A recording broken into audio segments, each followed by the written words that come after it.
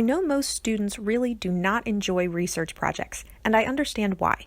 The research process can be long, difficult, and confusing.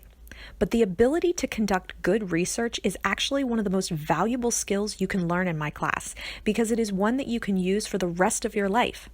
Sure, you probably won't be researching authors of novels outside of my class, but anytime you have to make a major purchase, or choose a new school or job, or try to plan a big trip, you will need to do research so you make a good choice and get the best results for your money and time. In class, we practice with easier research topics like historical events or authors' backgrounds, but you can take these research skills and apply them to so many decisions you'll need to make in the future. So don't hate on research. Research is your friend. Research helps you to not get conned out of your money. When you are getting started with research, you have 3 steps to complete before you actually start researching. First, obviously, you need to decide on the topic you're researching. Second, you need to come up with some specific questions you have about the topic to help guide and focus your research. And third, you'll need to find sources of information that answer your focus questions. I told you earlier that research is useful in real life, so for an example, we're going to help my parents research an upcoming big purchase, a new car. They really don't like their current car. They admit that they bought it too quickly and didn't take the time to learn enough about it, so this research will help them to make a better purchase this time. So our research topic for this example is the Honda Accord and Civic, because those are the 2 models they're trying to decide between. For the focus questions, there are 3 main points they want to learn about: each car's gas mileage, each car's safety rating and reliability, and each car's cost versus any features it offers, like sound system, lighting, and interior elements. So now we need to search for sources that will give us information to answer those questions. But I don't want my parents to end up with a crappy car that they hate like they did last time, so we need to find really credible, trustworthy sources that provide the most accurate information possible so my parents can make a good purchase. This resource is available via our Google Resources folder, or you may have a hard copy from class. This details how you tell which sources are credible and reliable for your research. First, you want to look at the author or publisher of the source. Who is responsible for this book or website or information that you found? You want the author or publishing organization to be knowledgeable in your topic and trustworthy about their opinion. You also want to consider the author's purpose in the source. Do they show any bias? Are they trying to persuade you in any way that might distort the information? Also consider where they got their information. For example, if you find a website that lists a whole bunch of opinions about cars but doesn't offer any info about how they formed those opinions or where they got it, then it probably isn't a good source to use. Let's look at a few sample sources now. The first source I thought of was the Honda website. This seemed like a good place to start, but as I considered this source, I realized it has some positives, but also some negatives. Honda is definitely reputable.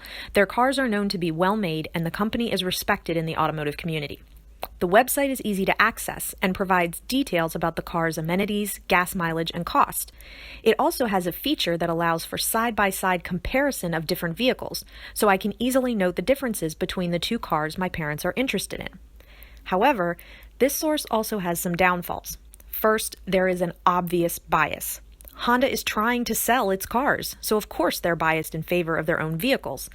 Second, I noticed that the prices listed on the home pages don't seem to be totally accurate. They don't include things like tax and closing costs, and they don't include a lot of the features that can be added to the car. It's almost like they're trying to make the car appear cheaper than it really will be if you choose to buy it. In the same way, the gas prices seem to change. On some pages, it showed the car got 30-38 gas mileage, which is pretty good, but another page showed the car got 28-35 or something else. These discrepancies made me wary of trusting all of their information. I want to look for some more sources to verify the information. The next site I found was a Quora site, which is basically a question and answer blog. People can post questions and then other people from the general public can log in and offer answers. This source offered a lot of opinions from regular car owners. It didn't seem to include much bias because so many people were just offering their own opinions. However, this source had a lot of downfalls. First, there's no way for me to know if these answers are accurate.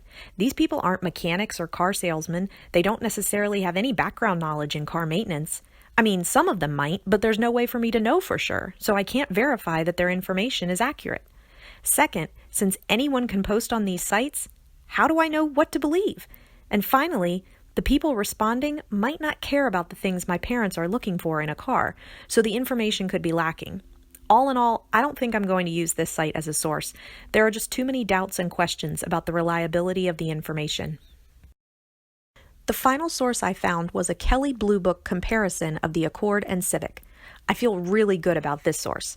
Kelley Blue Book is a reputable, trusted critic of vehicles. They are known to offer no bias, but rather present only factual evaluations of new cars.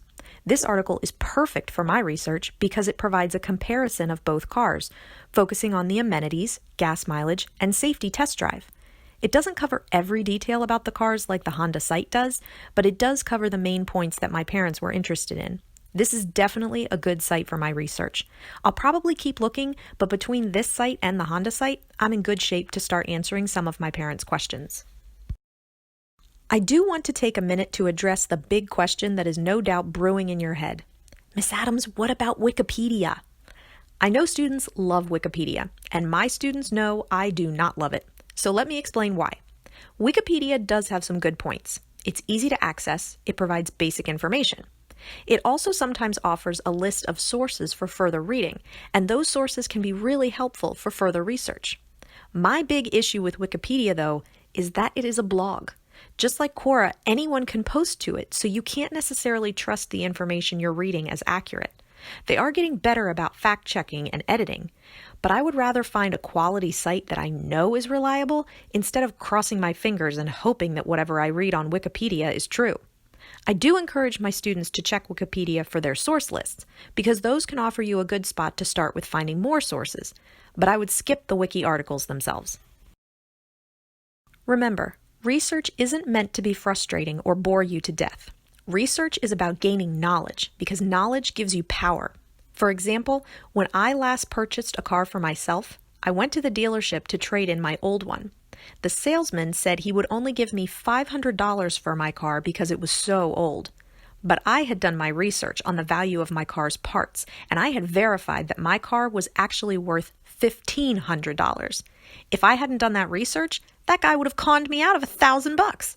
But since I knew better, I argued the point with him and got him to admit that my car was actually worth much more than he was trying to pay. Research pays off in so many ways.